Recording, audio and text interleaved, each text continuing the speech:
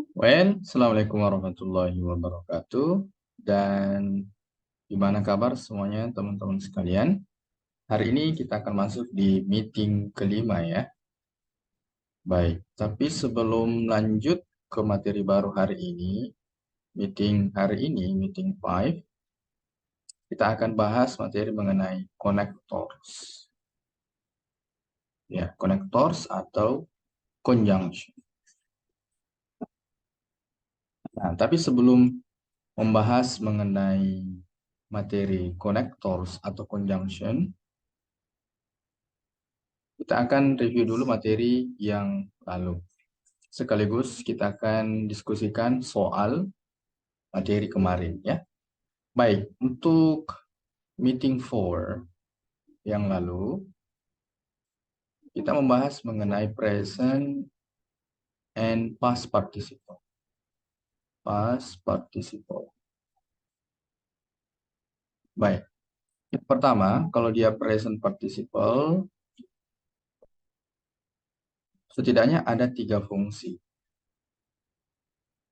Present participle atau verb ing ya. Nah, ini bisa memiliki 3 fungsi dalam kalimat. Yang pertama, dia sebagai gerund, alias benda. Kata kerja yang beralih fungsi menjadi benda. Kemudian yang kedua, dia bisa tetap dianggap sebagai verb. Kemudian yang ketiga, verb ing bisa sebagai kata sifat atau sekaligus menjadi apositif. Sesingkat ya, APP berarti apositif. Baik, ketika dia gerund, maka polanya seperti ini. Verb ing di awal kalimat, objek, kemudian verb. Jadi tanpa ada perantara koma. Maka verb ing-nya dianggap subjek. Kemudian gerund juga bisa seperti ini. Subjek, verb, kemudian preposisi. Setelah preposisi diikuti oleh verb ing. Ya. Nah, adapun ketika verb ing menjadi verb, otomatis sebenarnya dia hanya mengikut sebagai bagian dari to be. Harus ada to be mendahului verb ing ketika verb ing ingin dianggap sebagai verb. Dia nggak bisa dianggap verb kalau sendirian. Harus ada to be-nya. Ya, oke, baik. Nah, harus ada to be. Ada to be, makanya ujung-ujungnya sebenarnya yang dianggap verb itu adalah to be, bukan verb. Ya, oke. Ada to be, setiap ada to be, boleh diikuti oleh verb ing. Nah, berarti verb ing di sini sebagai verb. Baik. Nah, sedangkan ketika verb ing menjadi kata sifat, maka teman-teman di situ posisinya seperti ini. Posisinya setelah subjek diikuti verb ing. Kemudian verb ing itu identik dengan objek, kemudian verb. Apalagi kalau di sini dia menggunakan koma. Nah, berarti sekaligus dia menjadi apositif. Ini yang pertama. Bisa juga sebenarnya verb ing posisinya seperti ini. Dia setelah objek. Subjek, verb, kemudian objek, kemudian verb ing. Nah, boleh seperti ini. Apalagi kalau ada koma, berarti menandakan dia adalah apositif. Atau karena apositif itu bisa berada di awal kalimat, mendahului subjek, bisa kan? Mirip dengan gerund, tapi yang membedakan adalah koma. Verb ing, objek, koma, subjek. Nah, ini. Tapi tidak ada koma di gerund, maka dia dianggap subjek. Di sini dia menggunakan koma, maka dia dianggap sebagai adjektif sekaligus apositif. Karena bisa juga tanpa koma. Kalau tanpa koma, berarti dia cuma sebagai adjektif. Kalau ada koma, maka sekaligus menjadi apositif. Nah, seperti ini guys. Berikutnya yang kedua. Nah, ini contoh soal yang akan kita bahas. Past participle.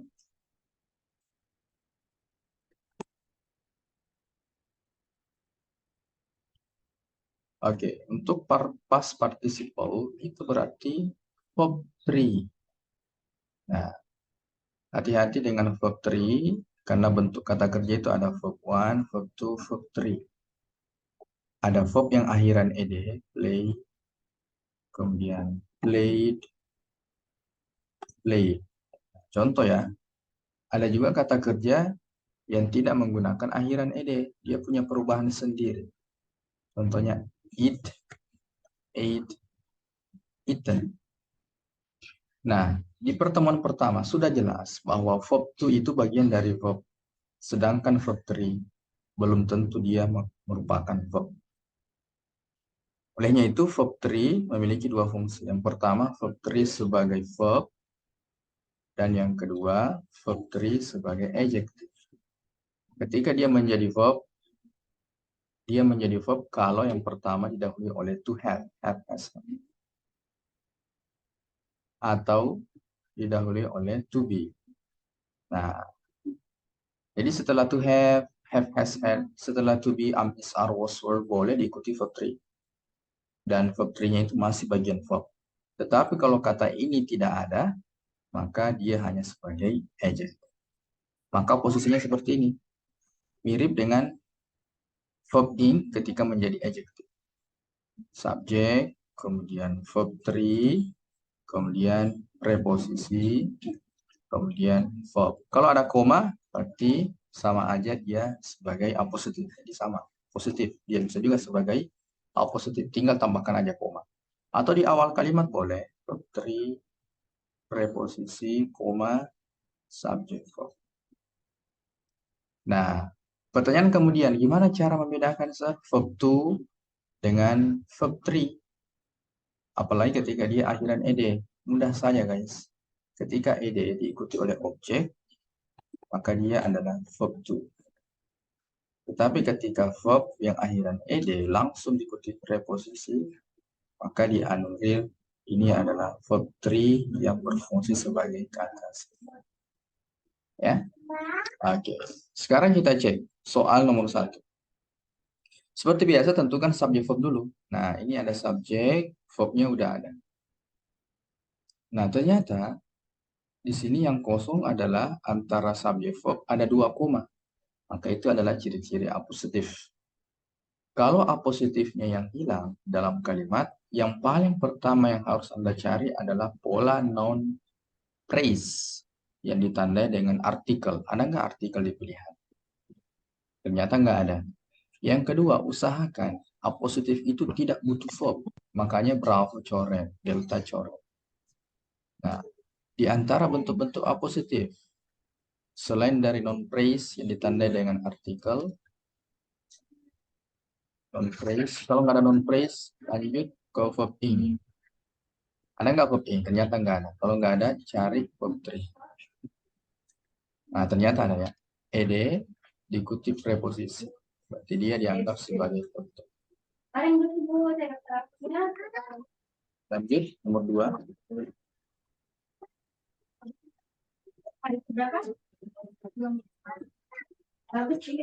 Nah, sekarang nomor 2, tentukan dulu subjek verb ini.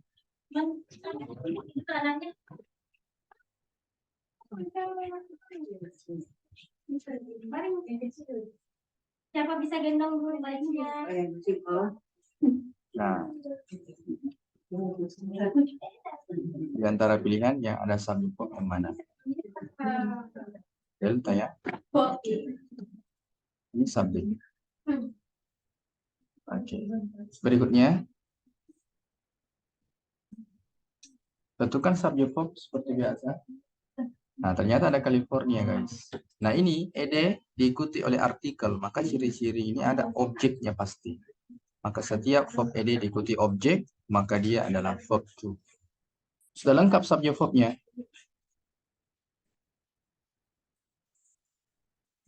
Jadi, sudah lengkap subjek verbnya. Maka semua pilihan yang menggunakan verb coret aja. Nah, ini ketika ed diikuti objek juga verb.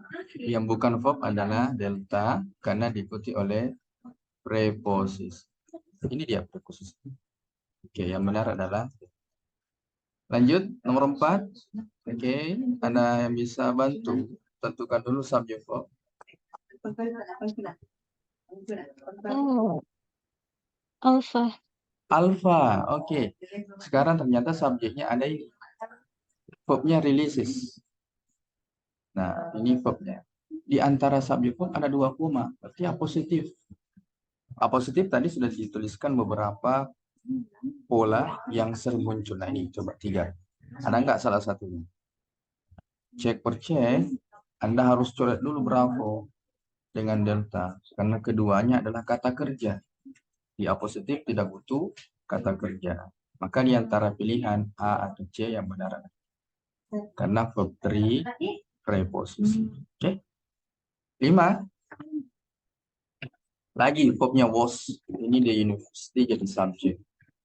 Lagi-lagi ada 2 koma antara subjek verb. Apositif, hindari menggunakan verb. Maka yang benar adalah alpha. Ed diikuti preposisi. Nah, ini. Berarti dia dianggap sebagai verb 3 yang berfungsi sebagai kata sifat.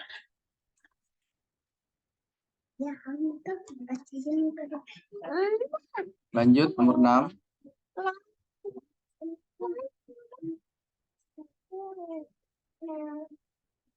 Ya, ada yang bisa jawab?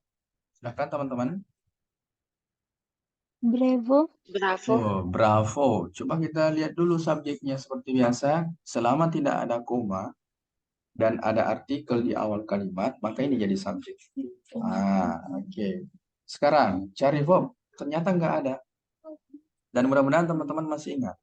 Kalau ada verb yang dibutuhkan untuk melengkapi soal, Anda coret dulu deh yang paling salah. Nggak usah ada embel-embel konektor dulu. Ya.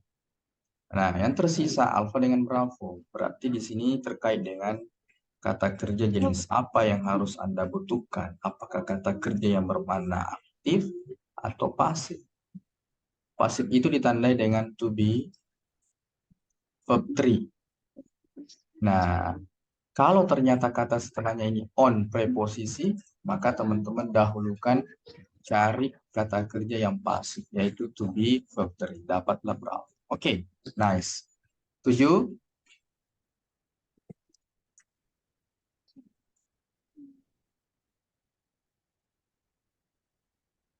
Bravo. Bravo. Nah, lagi ya, ini Charles Darwin book. Kemudian, nah ini jangan tertipu lagi. Ed diikuti preposisi, maka ini bukan verb. Apalagi diapit oleh 2 koma. Dia cuma verb 3 adjective. Cari lagi kata kerja, ternyata nggak ada. Cari kata kerja. Satu-satunya kata kerja, ed diikuti artikel. Itu menunjukkan dia verb. Oke, good job. Nah, lanjut 8.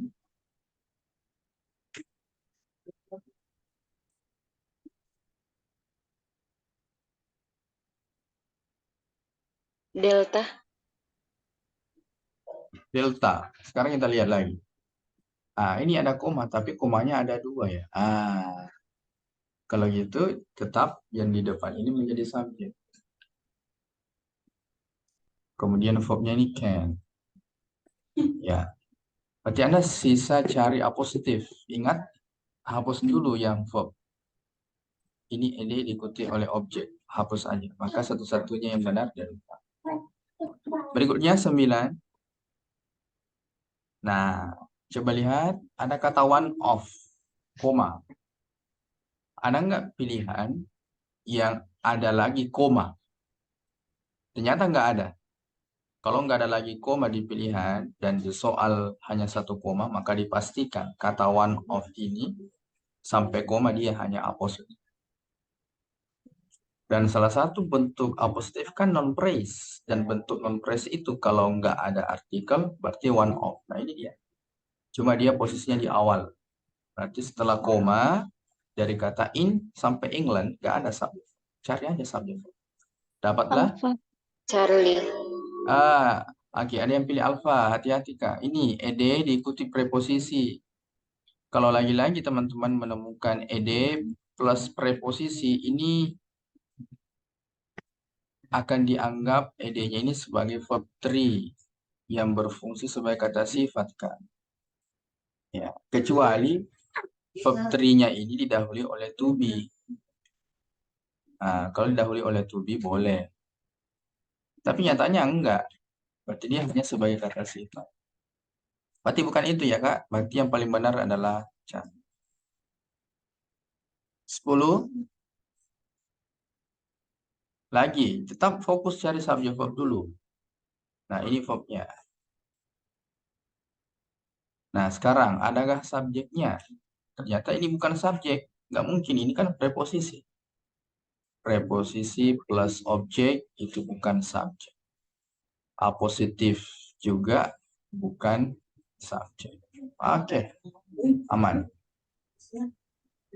Charlie. Nah, hati-hati ya Kak, hati-hati. Jaren Delta. ketika menjadi subjek, dia dianggap subjek yang singular. Sedangkan di sini are menunjukkan bahwa subjeknya harus jamak. Nah, berarti ini karena tidak ada koma maka dianggap subjek. Tapi Anda lupa bahwa gerund verb ing ketika menjadi subjek dia dianggap tunggal, harusnya bukan are tapi is. Nah, kalau gitu nggak bisa pakai Charlie dengan yang mana kira-kira yang bisa dianggap sebagai jamak?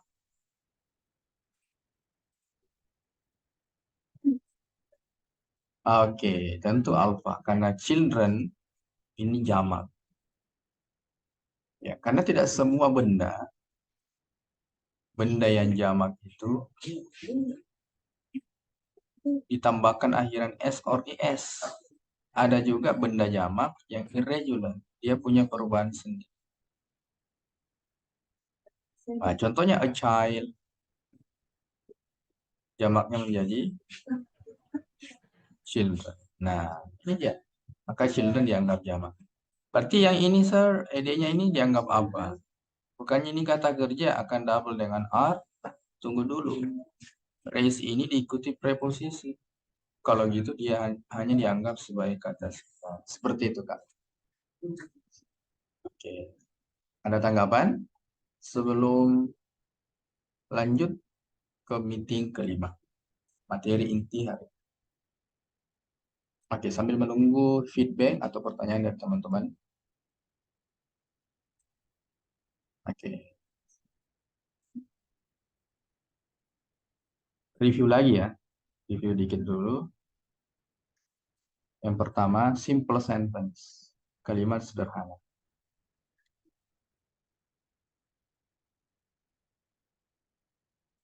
One subject plus one verb.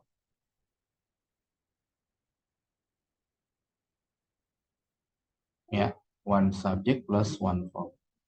Berikutnya jenis-jenis subjek dan jenis-jenis verb. Saya kira teman-teman juga udah bisa membedakan. Kemudian apositif, dia bukan subjek tentunya. Posisinya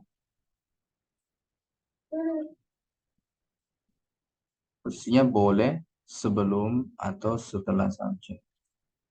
Subjek, apositif, verb. Apositif, subjek verb, atau subjek verb, objek. Apositif. Jadi apositif ditandai dengan koma. Ya, kemudian kalau apositifnya hilang, teman-teman dahulukan mencari non phrase. Gak ada non phrase verb ing, gak ada verb ing verb 3, gak ada preposisi objek, gak ada lagi adjective clause. Ya, kemudian hindari kalau apositifnya hilang, hindari menggunakan verb. Ya, gak ada. Jangan menggunakan verb di apositif kecuali nantinya ada konektor. Berikutnya present and past participle. Kapan dia menjadi verb, kemudian kapan dia menjadi adjective. Saya kira teman-teman sudah bisa membedakan. Berikutnya, materi hari ini, meeting file.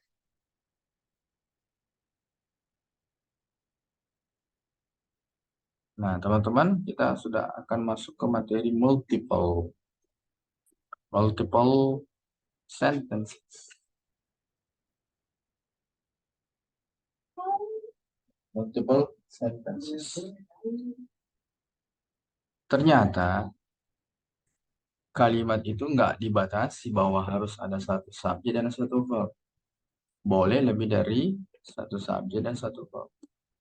Tetapi yang akan merubah komposisi subjek verb itu adalah konektor. Connectors atau conjunction. Nah, inilah yang menjadikan kalimat multiple. Artinya kalimat yang terdiri dari lebih dari satu subjek.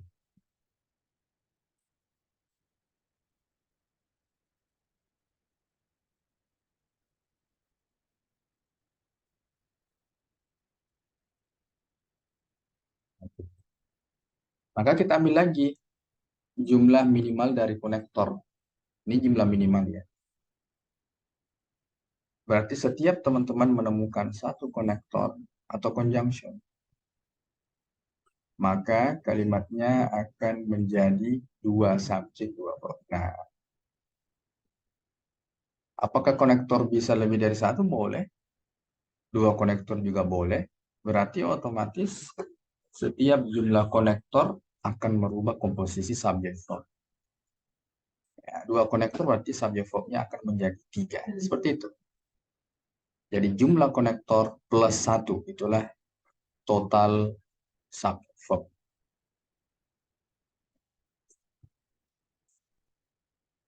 Ya sampai sini ya. Atau ada yang ingin ditanggapi dulu?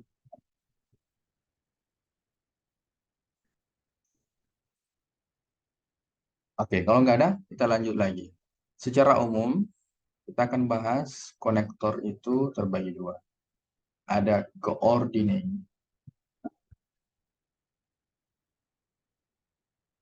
Kemudian yang kedua, ada yang adverb. Adverb konektor.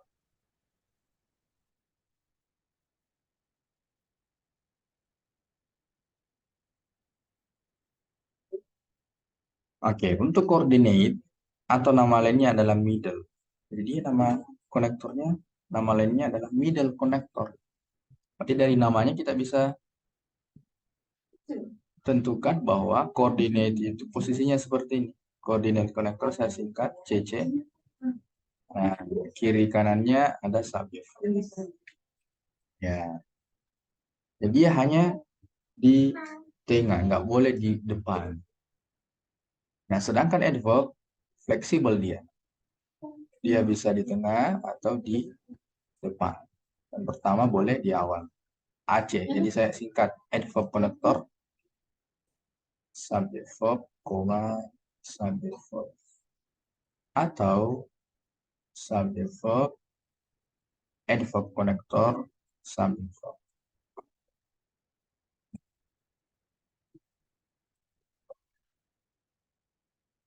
Udah bisa? Baik. Sekarang kita mulai. Coordinate connector. Yang pertama.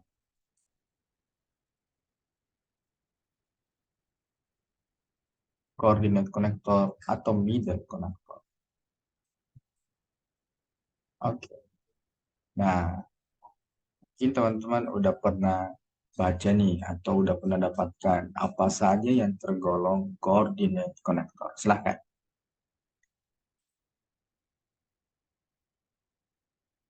Silahkan Anda bisa berikan tanggapan di kolom chat atau secara live.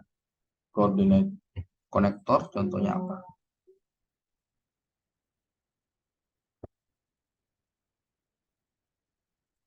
Oke.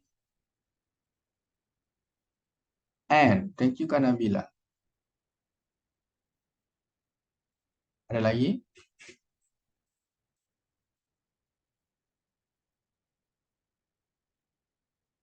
Oke, ada lagi. Nice. Ada or, and, but, also, Kalvia, that. Oke, lebih banyak lagi. Mantap. Ada lagi?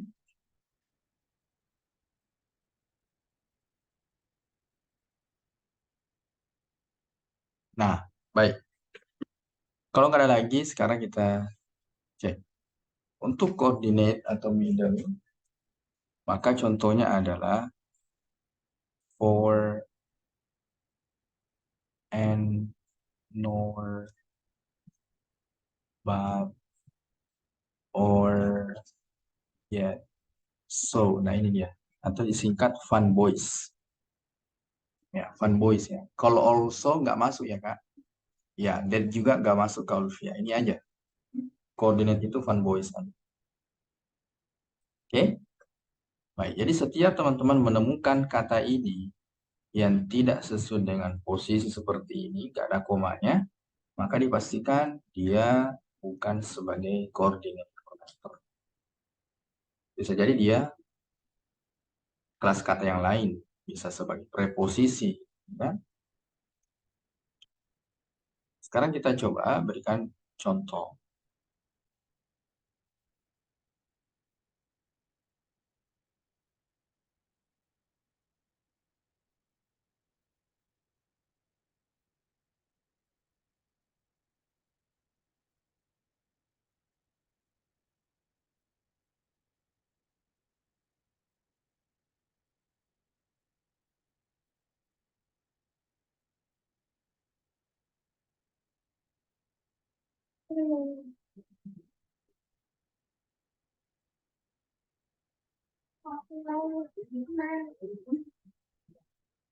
Okay, she wants to study abroad, but she doesn't study TOEFL.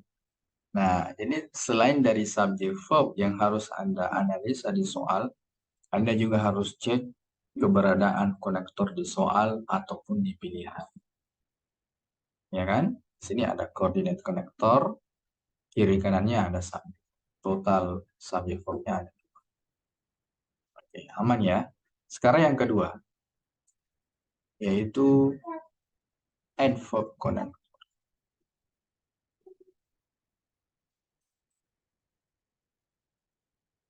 Nah, untuk adverb connector tadi sudah dilihat bahwa ada dua polanya. Yang pertama boleh di awal kalimat, koma, semikolon, atau boleh dia berada di tengah-tengah.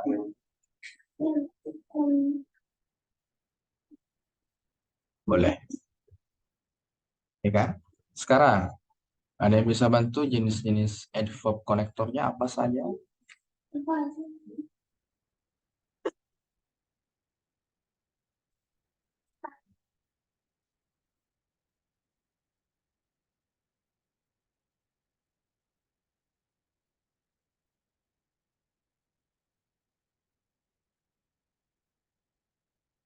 Ada yang bisa berikan contoh adverb konektor?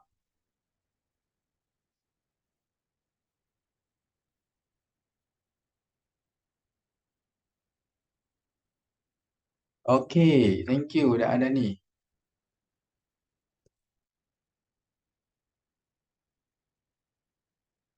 Ada before. Thank you, Kanirma. Apakah hanya before? Ada if. Oke, thank you. Ada lagi? Yang sering Anda dapatkan? Ada before pastinya. Sebenarnya before? Oke, saya tunggu dulu jawaban teman-teman. Ada the, no. The masuk di artikel ke because. Mantap. After. Muncullah after. Oke, sekarang kita tuliskan ya. Ada lagi ternyata. Since. Oke. Betul. Oke, banyak kok jenisnya ya untuk adverb connector. Nah, yang paling sering muncul itu ada before.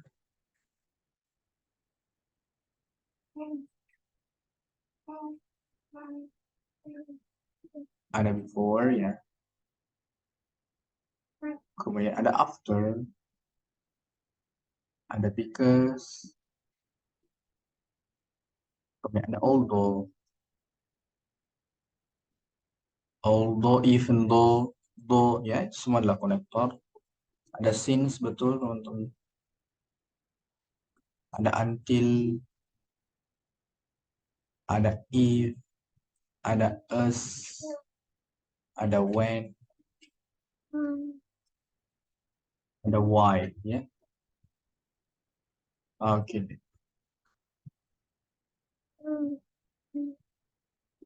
Dan masih banyak lagi, tapi inilah yang paling sering.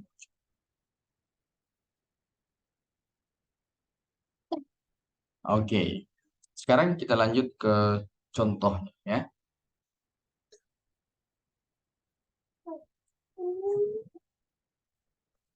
Sir, Ya, ada pertanyaan sebelum lanjut? ya, Ya, bisa boleh, Kak. bertanya sebelum contoh. Oh, boleh, Eh, boleh, boleh. Ini kan tentang multiple clause. Kalau penggunaan coordinate yang biasa sering saya dapatkan, dia kalau ada konektor berarti ada dua kalimat yang berbeda. Nah, itu kalimat yang dua kalimat itu biasanya kalau dalam test tuple memiliki struktur yang sama atau bisa beda, Sir. Misalnya kalau yang kalimat sebelumnya dia menggunakan present tense terus coordinate. Terus setelahnya apakah bisa sama atau misalnya bisa berbeda, misalnya dia pakai future setelah konektor, Sir. Oke, nice question. Jawabannya bisa beda, Kak. Apalagi contohnya kalau dia menggunakan if. Dan if-nya itu bisa bermakna sebagai conditional sentence. Nah, conditional sentence itu bentuk klausa pertama dan keduanya memang beda. Beda tensesnya. Ya kan? Contohnya ada simple past, kemudian klausa lainnya menggunakan past future. Atau kondisi yang ketiga menggunakan past perfect, kemudian clause berikutnya adalah past future perfect. Bisa kok. Tapi di konektor yang paling dasar, dia tidak mempermasalahkan tensesnya dulu, kan? Tidak. Tapi yang dia permasalahkan biasanya adalah komposisi kata setelah konektornya. Apakah Anda butuh subject verb atau hanya menggunakan verb saja? Karena mungkin di soal sudah ada subjeknya, kan gitu. Nah, jadi jawabannya sekali lagi boleh berbeda tenses. Kasih, Sekali lagi? Kak. Oke, sama-sama. Baik, contoh ya. Before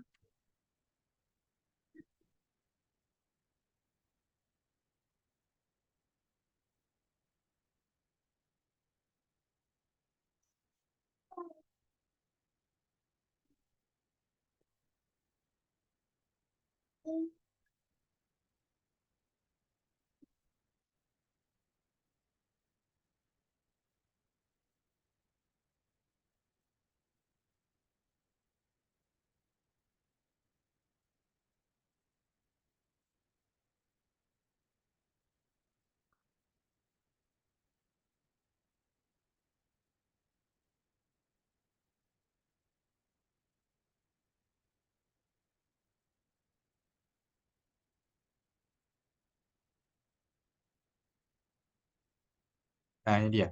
Before I go to bed, I always listen to music. Jadi setiap teman-teman nantinya menemukan kata before, coba kalau setelahnya blank, cari subject verb dulu. Ya. Oke. Nah, sekarang kita coba berikan case ya, bentuk yang biasa muncul di soal itu. Yang pertama, tetap teman-teman kalau mengerjakan soal structure, lihat dulu subject verb-nya. Berapa jumlah subject verb-nya? Ya, ada nggak kemunculan konektor di soal? Oke, contoh gini. Ada subject verb. Anda sudah temukan. Koma, blank, kosong. Setelah blank, ternyata Anda juga menemukan subject verb. Berarti total subject verb-nya ada 2. Maka Anda wajib menggunakan di sini konektor. Konektor seperti apa? Oh, ada koma. Berarti dahulukan Anda cari konektor yang berupa fun voice. Itu case yang pertama. Kemudian, hati-hati nih. Biasanya ada adverb konektor. Anggaplah before. Setelah before, lengkap ada subject verb. Setelah koma, blank. Ya kan? Kemudian setelah blank ada subject verb. Sorry. Setelah blank hanya ada verb. Ya, hanya ada verb. Biasanya kalau Anda kurang teliti, Anda langsung aja lihat koma di tengah-tengah subject verb ada verb. Berarti Anda cari koordinat konektor sama di case yang pertama tadi ya di sini. Koordinat konektor. Ternyata Anda cari juga koordinat konektor di sini. Pasti salah. Kenapa? Karena konektor kan sudah ada di depan. Dan konektor yang digunakan adalah adverb. Maka di tengah-tengah di sini nggak usah lagi ada koordinat konektor. Yang Anda gunakan bisa cari subject verb. Kemudian yang ketiga, hati-hati. Penggunaan preposisi versus konektor. Preposisi plus, versus, plus, versus konektor. Kenapa? Karena beberapa kata ini fungsinya beda tapi meaningnya mirip. Ya, ingat prinsip penggunaan preposisi harus butuh objek, sedangkan konektor harus menggunakan subject verb. Nah, contoh kata yang mirip antara preposisi dengan konektor. Preposisinya adalah because of. Sedangkan konektornya adalah because. Nah, semuanya menggunakan kata because. Kemudian ada lagi in spite of atau despite. Nah, kemudian di sini ada although atau even though.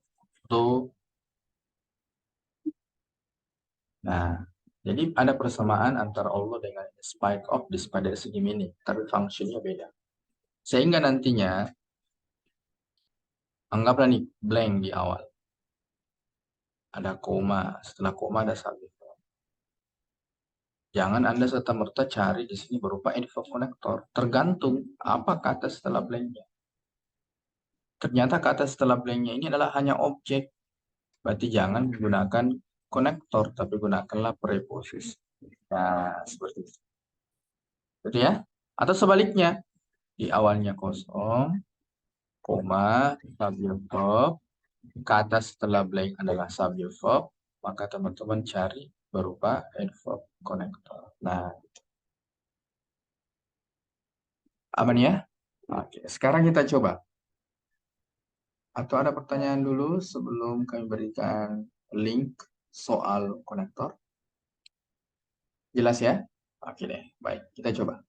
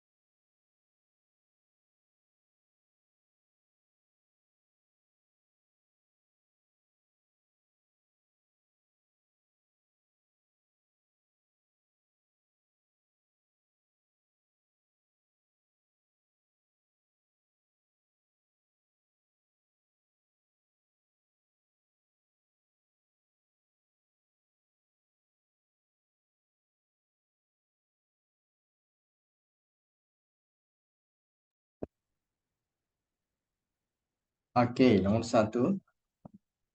Coba teman-teman perhatikan, kalau di pilihannya rata-rata menggunakan atau diawali konektor.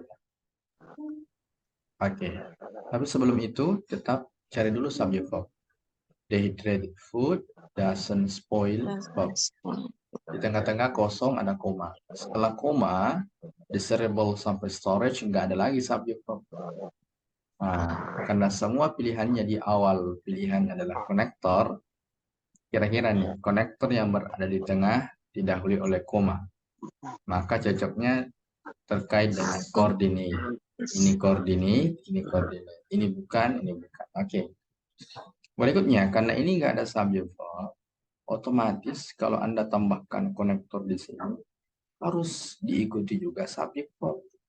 Karena di sini nggak ada subject verb. Kecuali seumpama di rangkaian kata ini sudah ada subject verb. Maka Anda tinggal cari konektor. Berarti yang paling benar antara alfa dengan delta yang mana? Oke, thank you Kak Alia. 2. Oke, tentukan subject verb dulu. Koma, di tengah-tengah lagi ada blank. Ternyata setelah koma ada subject verb. Sebelum koma ada a failure subject, occur verb. Maka 2 subject, 2 verb. Maka yang Anda butuhkan adalah konektor. Konektor seperti apa? Konektor yang berada di tengah didahului oleh koma. Apakah ada bagian dari one voice? Ternyata ada. So, oke. Berikutnya, 3. But,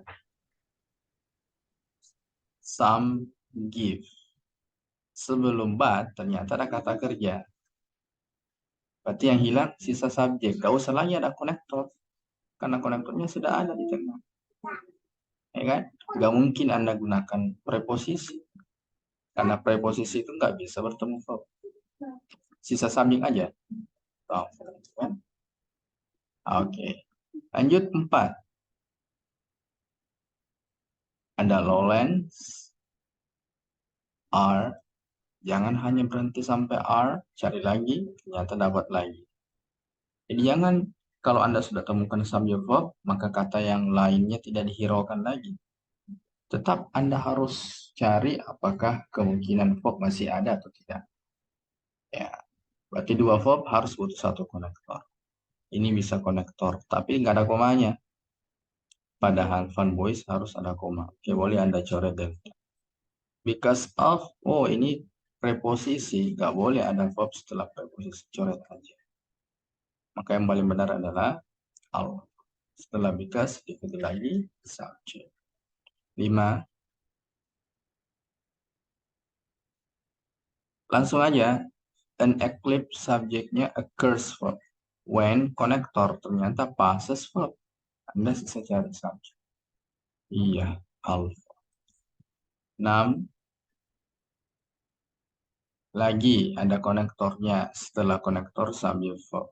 Sebelum konektor ada gains sebagai verbnya. Anda sisa cari subject. Mana nih yang benar? Alpha. Berikutnya 7. R electrons jadi subjeknya. Ternyata when-nya blank, gak ada sama sekali kata. Cari hanya subject verb. Dapat cari. Lanjut. Ada because. Setelah because ada a few atom. Verbnya udah ada can be. Sebelum because dari kata to study gak ada verbnya. Otomatis Anda butuh subject verb. Iya, cari. 9. Since. Ini subject verb. Ini konektor. Sebelum since sudah ada verbnya. Anda sisa cari subject. Ya, bravo. 10. Nah, ini sudah ada since sampai koma. Ini pasti sudah aman. Barulah setelah koma cari lagi subject verb. Ternyata hanya ada subject, verbnya nggak ada. Oke, cari verb. Oke, yang benar adalah move. Alpha. Iya. Kalau Charlie kan udah ada lagi subjek, double subjek. 11, koma, sudah ada konektornya. Setelah koma Alpha. lengkap, sebelum koma, because verbnya sudah ada, sisa cari subjek. Iya. 12,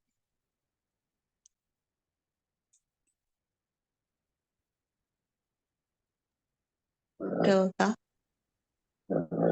delta, coba kita lihat, koma, ini subjeknya, ini verbnya. Ternyata di sini subjek ada verb. Berarti double subjek, double verb, belum ada konektor ternyata. Harus ada konektor. Satu-satunya konektor ya delta. 13, dominated, diikuti artikel menunjukkan itu adalah objek. Maka ini dianggap sebagai verb to. Ada lagi punished, verb juga itu. Itu satu konektor. Jadi konektor, oh ternyata pasti konektor semuanya. Tapi nggak ada koma ya jangan gunakan koordinat, nggak bisa itu. Ah ternyata Delta. iya, selain dari konektor Anda juga masih butuh subjek. 14, although sampai koma guys, itu pasti sudah lengkap. Barulah setelah koma dari documentary cari subjek verb, ternyata enggak. Charlie. Cari subjek. There is no. Charlie, betul. There is no, berarti subjeknya itu adalah no documentary evidence, verbnya is. Gak bisa still is. Karena still itu bukan subjek. 15, Alpha. when sampai koma. Cari subjek verb aja. Train. Alpha. Alpha. Oke. Sekali ya. Konsep dasar penggunaan konektor, teman-teman, Anda sudah bisa. Utamanya membedakan koordinat dengan verb. Maka pertemuan berikutnya kita coba akan spesifikkan jenis-jenis konektor. Setiap ada konektor diikuti subjek verb, itulah yang dinamakan sebagai klausa. Kita akan coba membahas lebih detail mengenai jenis-jenis klausa. Tapi ketika mengerjakan soal, jangan terlalu fokus dengan jenis klausanya, tapi fokus ke subjek verb. Ada tanggapan atau pertanyaan? Nggak ada? Oke, kalau nggak ada, kita cukupkan dulu guys untuk siang hari ini. Mudah-mudahan menambah wawasan teman-teman lagi. Dan besok sebelum lanjut ke materi klausa secara spesifik, teman-teman akan diberikan review materi mengenai subjek verb. Sekira cukup. Thank you teman-teman and see you tomorrow.